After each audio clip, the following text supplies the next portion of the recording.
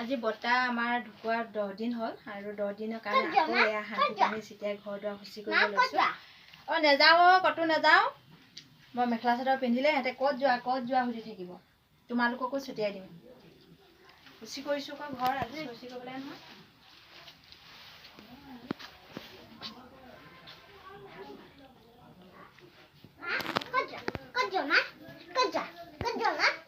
ক'তো নাযাওঁ।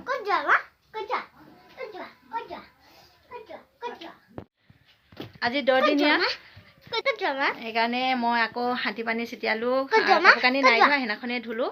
আজি হাঁতি পানী ছটিয়ালোঁ মাত্ৰ। এয়া কাপোৰযোৰ পিন্ধাৰ কাৰণে মোক ক'ত যোৱা সুধি আছে। মই পুৰণা কাপোৰ এযোৰ পিন্ধি লৈছোঁ। কাপোৰবোৰ পুৰণা হ'লেও এনেই সোমাইহে থাকে, ক'তো পিন্ধাই নহয়। আৰু এই কাপোৰযোৰ মই নিজে বোৱা কাপোৰ। কেনেকুৱা লাগিছে মই নিজে বোৱা কাপোৰ এযোৰ।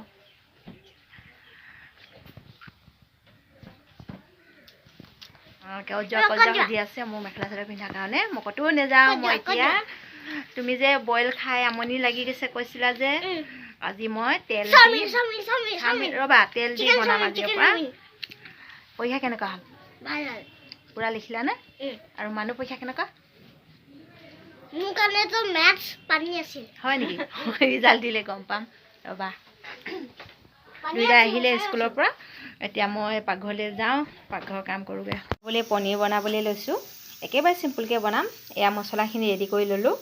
আদা, নহৰু, কাজু আছে, বিলাহীও আছে, পিঁয়াজ দিও আছে, আৰু গৰম মছলাও আছে, জালুকৰ গুড়িও দিয়ে থোৱা আছে। গোটেইখিনি একেলগ কৰি পেষ্ট কৰি লোৱা হ'ল।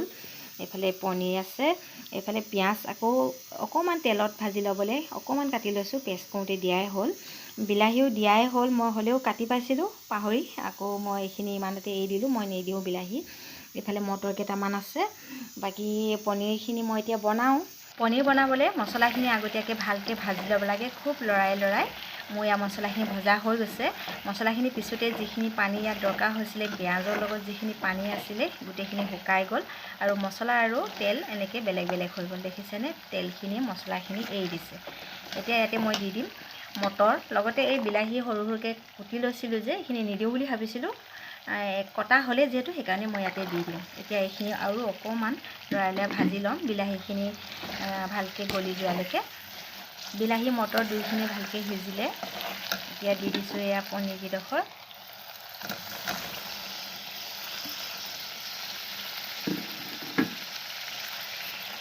এতিয়া এইখিনি এবাৰ আলসকৈ লৰাই লৈ পানী দি দিম।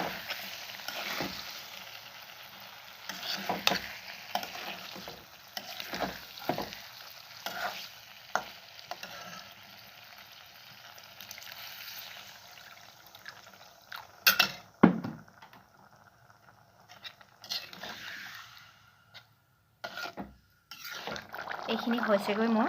এতিয়া ইয়াতে দিম বাটাৰ। ঠাণ্ডা দিনত ফ্ৰিজত থোৱা বাটাৰ অকণমান টান হৈ থাকে, সেইকাৰণে চামুচখন অকণমান গৰম কৰি ল'লোঁ। তাৰপাছত এতিয়া এইখিনি ইয়াত দি দিছোঁ।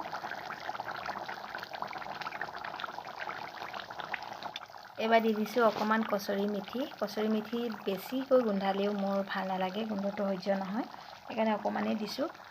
আৰু এয়া ধনিয়া পাতো অকণমান কুটি দি দিলোঁ। আৰু এইখিনি মোৰ এতিয়া নমাব পৰা হ'ল। এবাৰ লৰাই লওঁ, তাৰপাছতে এইখিনি নমাই থওঁ।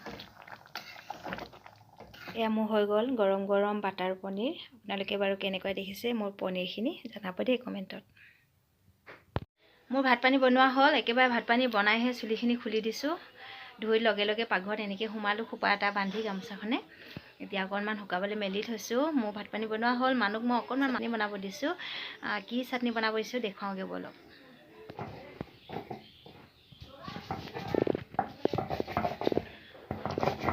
বুট, ধনিয়া পাত, নহৰু, জলকীয়া চাটনি।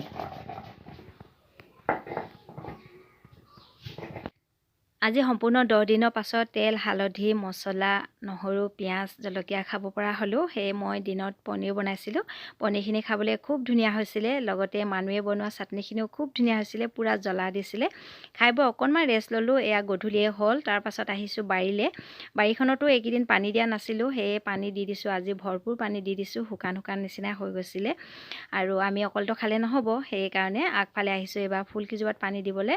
ফুলকেইজোপা টাবত আছে, সেইকাৰণে পানী নিদিলে এদিনতে শুকান হৈ যায়। সেইকাৰণে ফুলকেইজোপাটো পানী দি লৈছোঁ আৰু আজি ভিডিঅ'টো মই এনেকৈ আৰম্ভ কৰিছোঁ বেছি দীঘলো নকৰোঁ গধূলিলৈকে মই কি কৰিম কি নকৰিম সেইখিনিকে দেখুৱাম গতিকে আপোনালোকে চাব শেষলৈকে চাই কেনেকুৱা পালে কমেণ্ট এটা লিখিব লগতে লাইকো কৰি দিব আৰু যদি নতুনকৈ আহিছে চেনেলটো ছাবস্ক্ৰাইব কৰি ওচৰতে থকা বেলটো চুই অল কৰি থ'ব তেতিয়া মই দিয়া ভিডিঅ' নটিফিকেশ্যন আগতীয়াকৈ পাই থাকিব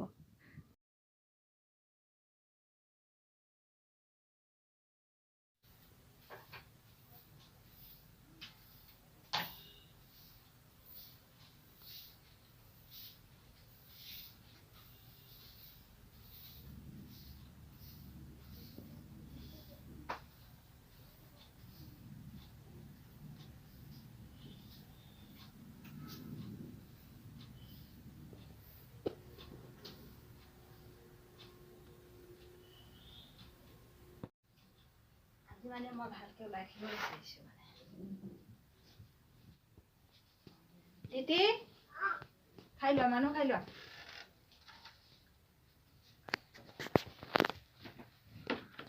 এটা বহি লোৱা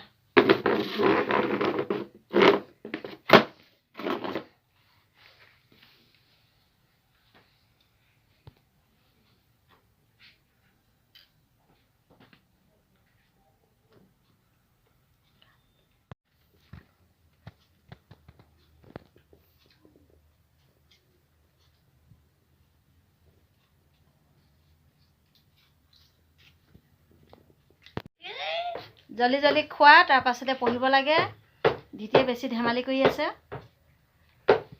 দুটাক দুঠাইত পঢ়াব লাগিব মানুহে পঢ়িব ইয়াত ধিতিক লৈ যাম ভিতৰত নহ'লে ইহঁতৰ কাজিয়া চাবনে পঢ়িবনে কাজিয়া লাগিব বেছি ধিতিক মই কথা এটা সুধোঁ দেই আমি এবাৰ সুধিলোঁ সি উত্তৰটো দিলেই মোৰ বৰ ভাল নালাগিলে সেইকাৰণে আকৌ সুধোচোন কি কয় ধিতিয়ে একদম সঁচা ক'বা দেই একেবাৰে সঁচাকৈ ক'বা আজি যে মই মেখেলা চাদৰ পিন্ধি আছোঁ তোমাক কেনেকুৱা লাগিছে কোৱাচোন যিও মেখেলা পিন্ধা সেইবিলাক চব ফকটা লাগে মোৰ চকু কয় চবকে বেয়া দেখা নে মুখে বেয়া দেখিছা এনেকৈ পিন্ধা চব মেখেলা পিন্ধা সেইটোৱে মই চব বেয়া পাওঁ কি পিন্ধিব লাগে তেতিয়াহ'লে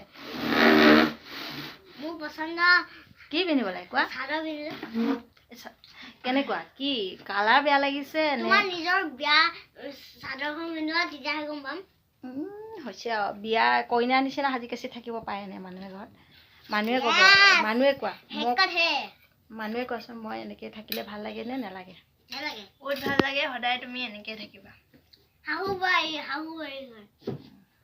হল জলদি খোৱা